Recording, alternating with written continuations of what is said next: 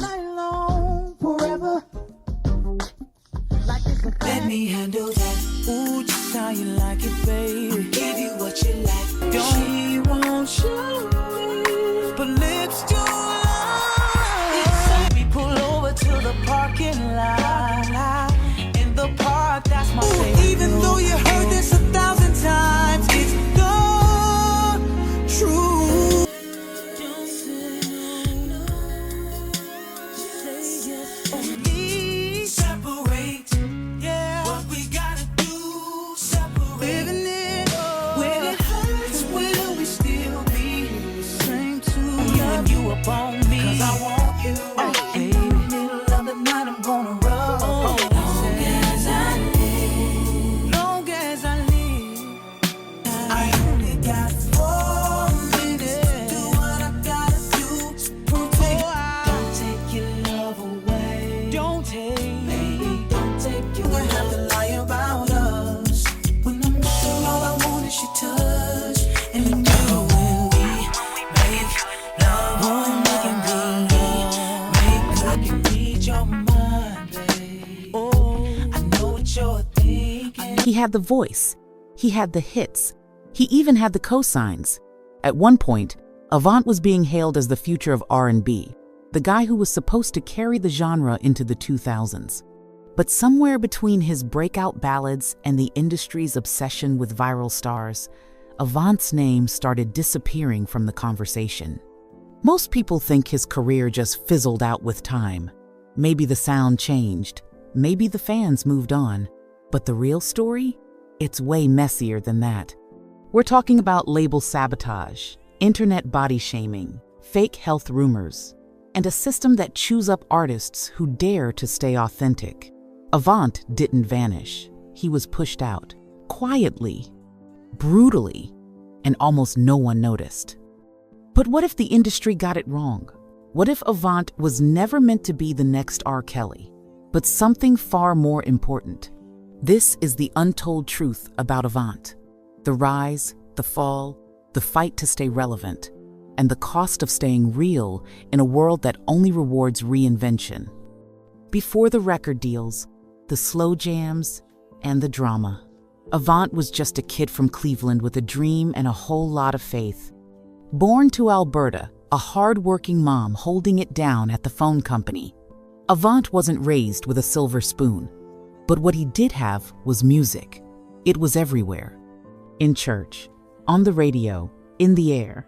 Inspired by legends like Babyface and the Levert family, he started singing in church at just 4 years old. Not for fame, not for clout, just because it made him feel something. But like a lot of black boys growing up in the 90s, Avant originally had hoop dreams. It wasn't until those dreams fell apart in high school that he really locked in on music. And when he did, he went all in. We're talking factory jobs, peanut plants, packing boxes, just to save enough to chase the dream. While other kids were partying, Avant was in the studio, writing songs that felt more like diary entries than radio hits. He even formed a group with friends and started hitting local talent shows. But the real turning point came in a random studio session when he heard his recorded voice for the first time. That moment? Pure clarity. The studio owner knew it. Avant knew it. This wasn't just a hobby anymore. It was his lane. He started writing solo. Not just love songs, but real songs. About heartbreak, pain, hope. And soon that raw emotion would lead to the track that changed everything. Avant didn't slide into the spotlight on a wave of hype. He bled his way in. His breakout hit, Separated, wasn't crafted by a team of hitmakers or designed for radio play. It came from a real, messy, heartbreaking breakup. And instead of hiding the pain, Avant laid it bare over a beat that felt like a confession. No auto-tune, no gimmicks, just raw vocals and real emotions. And guess what? People felt it. The track started blowing up on the R&B charts, not because it was trendy, but because it was honest. Suddenly, Avant wasn't just a local talent. He was the new voice of grown folks R&B. By the time his debut album, My Thoughts, dropped in 2000, Avant was officially on fire. And when he linked up with Keek Wyatt for the duet My First Love, that was it. A certified classic. Two powerhouse voices, one timeless record.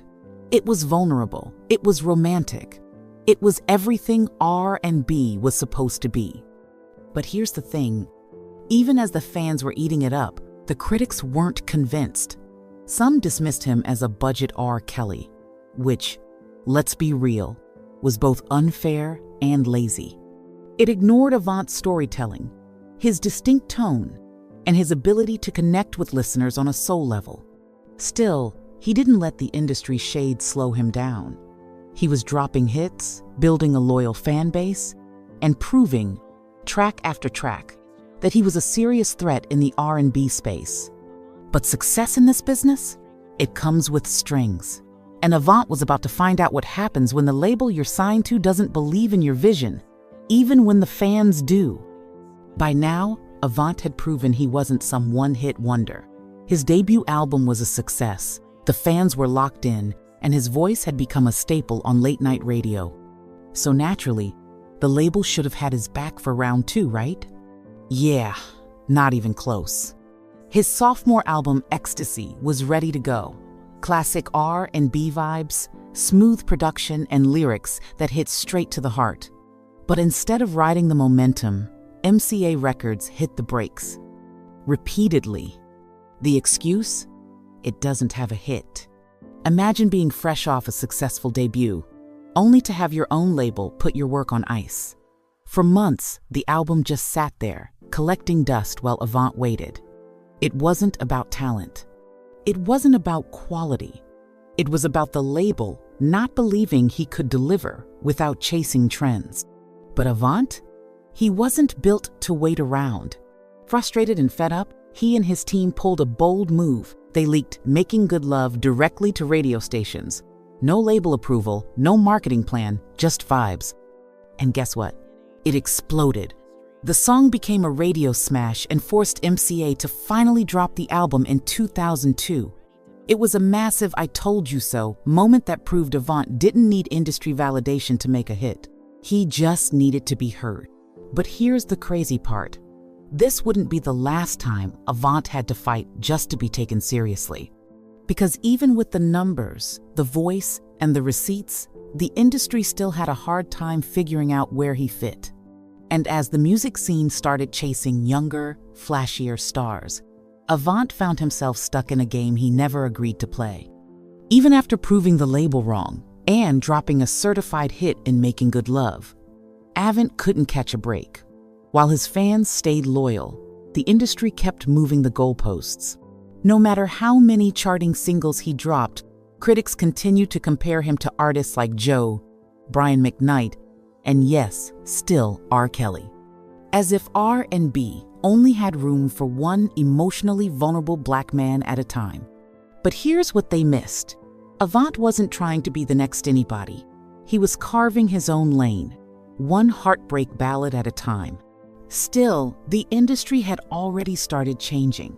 Labels were shifting focus toward younger, flashier artists who could go viral and sell a look, not just a sound. Avant wasn't flashy. He wasn't chasing trends. He was just telling the truth, singing from the gut, and trying to make timeless music in an industry addicted to the next big thing. It didn't matter that his voice could melt radio speakers, or that his fans were packing out shows. The machine wasn't backing him like it once did. And for every hit he dropped, there was a label executive somewhere asking if it was TikTok-worthy before TikTok even existed. But the thing about Avant, he didn't fold. He kept dropping music. He kept touring. He kept showing up for the fans who actually cared. While other artists were switching up their sound to chase clout, Avant stayed rooted. And yeah, that made it harder to stay in the spotlight, but it also made him realer than most. The question is, how long can you stay true to yourself before the industry punishes you for it? Because what came next wasn't just about radio play or chart position. It was about public perception, and how one viral photo nearly did more damage to Avant's legacy than the music industry ever could. Just when it seemed like Avant had weathered the worst of the industry politics, a new storm hit. And this time, it wasn't even about his music. In 2016, a photo of Avant hit the internet, and it went viral for all the wrong reasons. He looked noticeably heavier, and within hours, Twitter turned it into a punchline. Memes flew, jokes piled on, and the internet showed zero mercy. One tweet read, "Avant went from reading your mind to only reading menus. Cruel, unnecessary, but unfortunately not surprising." The worst part? It was just a bad angle. Another photo from the same event showed he looked totally fine. But by then the damage was done. People weren't laughing with him. They were laughing at him. And just like that, years of hard work were overshadowed by one viral image. But it didn't stop there. By 2019, rumors started flying that Avant was seriously ill. Some even claimed he was battling lupus and had just 6 months to live. The internet ran wild with it. Fans panicked. Blogs reposted the story without checking a single fact. The truth? Completely false. Avant later cleared the air, saying he was healthy and had no idea where the rumor even came from. But this is the twisted reality of fame in the social media age. Your image can go viral faster than your music. And once people start laughing, it's almost impossible to get them to listen again. Through it all, Avant stayed quiet, focused, and most importantly, real. He never clapped back. He never tried to reinvent himself for sympathy. He just kept making music. But the question lingering over his career now wasn't just, is Avant still relevant? It was, does the public even care about real R&B anymore? By now, most artists in Avant's position would have done a full rebrand. New look, trendy sound, some weird collab with a rapper half their age. Anything to stay in the game. But Avant? He didn't play that game. While the industry kept chasing shock value and TikTok trends, Avant stuck to what he knew. Real music, real vocals, real stories. And in a world of auto-tune and Instagram filters, that kind of authenticity was starting to feel rebellious. He didn't start rapping. He didn't dye his hair or drop some cringy EDM single. He just kept making music that sounded like him, grown, soulful, and emotionally raw. And yeah, that might not have gotten him the algorithm boost, but it kept his core audience locked in. But let's be honest, being real comes with a price. Because while the fans respected it, the industry didn't know what to do with it. Executives didn't see viral potential. Radio stations didn't hear a playlist hit. And when you're not part of the machine, you get left behind. Still, Avant kept dropping albums. He linked up with legendary producers like Jermaine Dupri and Rodney Darkchild Jerkins, trying to evolve his sound without selling his soul. The result? Underrated gems. Solid work, but none of it got the mainstream love it deserved. And that's the frustrating part. Avant wasn't washed. He wasn't out of touch. He was just too real for an industry built on smoke and mirrors. So the question became, how do you survive when staying true makes you invisible? Avant had a choice: chase the spotlight or protect his soul. He chose the latter. But that meant his fight wasn't just with the industry anymore. It was with time. Avant never disappeared. He just kept getting ignored. After parting ways with his old labels, he signed with Capitol Records and dropped his 5th studio album in 2008. The music? Solid. The voice? Still velvet. But the industry? Crickets. The album barely made a ripple. Not because it wasn't good, but because the machine had already moved on. No big promo push, no radio support. Just another R&B legend quietly releasing heat while the world chased the next viral dance challenge. But Avant didn't let that stop him. In 2010, he released The Letter, a deeply personal project under Verve Forecast Records, and followed it up with Face the Music in 2013. That album gave us You and I, another duet with Keek Wyatt, and honestly, it felt like magic all over again.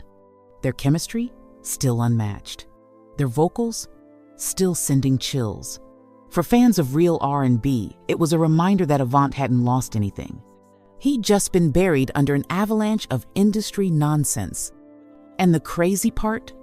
Even with barely any mainstream push, these albums still resonated. They still charted.